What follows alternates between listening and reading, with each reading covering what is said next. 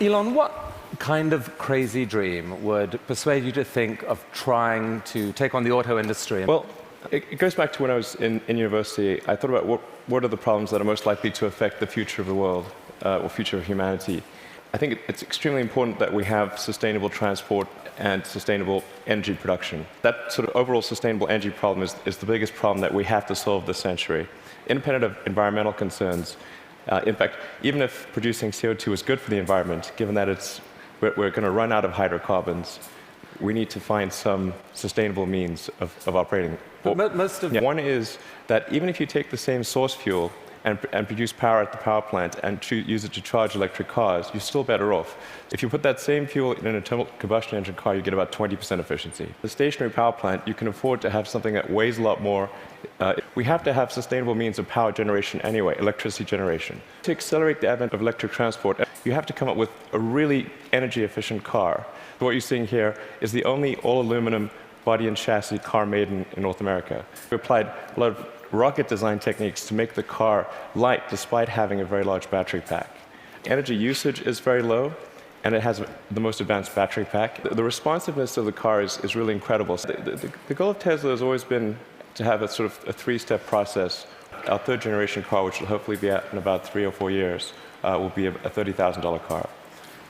We actually have California and Nevada covered.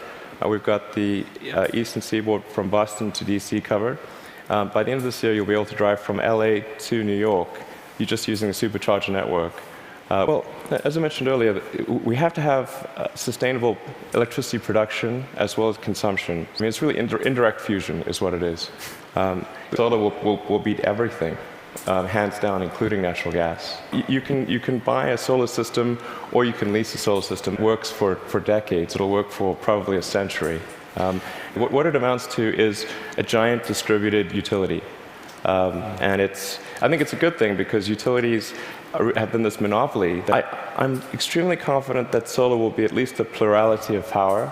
I think we'll see more power from solar than any other source. The goal of SpaceX is to try to advance rocket technology, which is to have a rapidly and fully reusable rocket.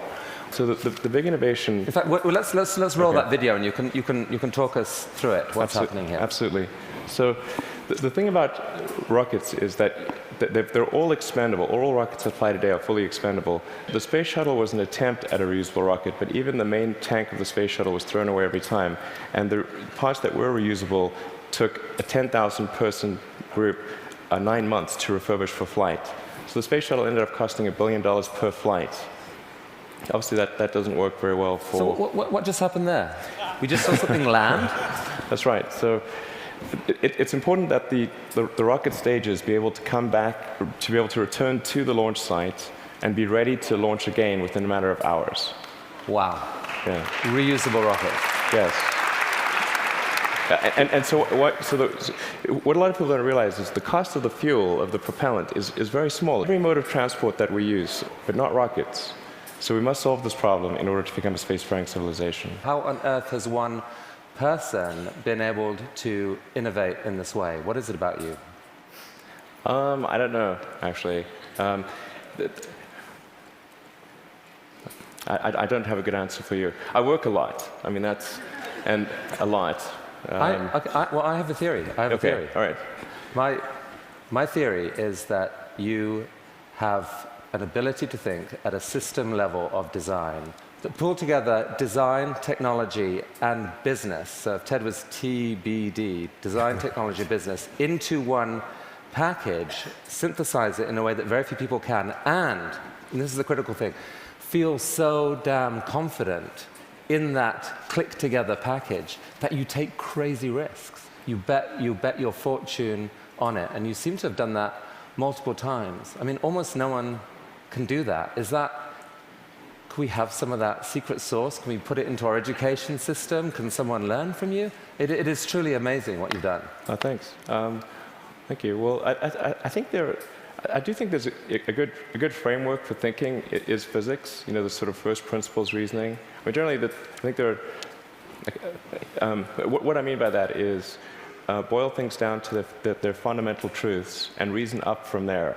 You have to apply the physics approach. Physics is really sort of figuring out how to discover new things that are counterintuitive, like quantum mechanics. It's really counterintuitive. So I think that's an important thing to do.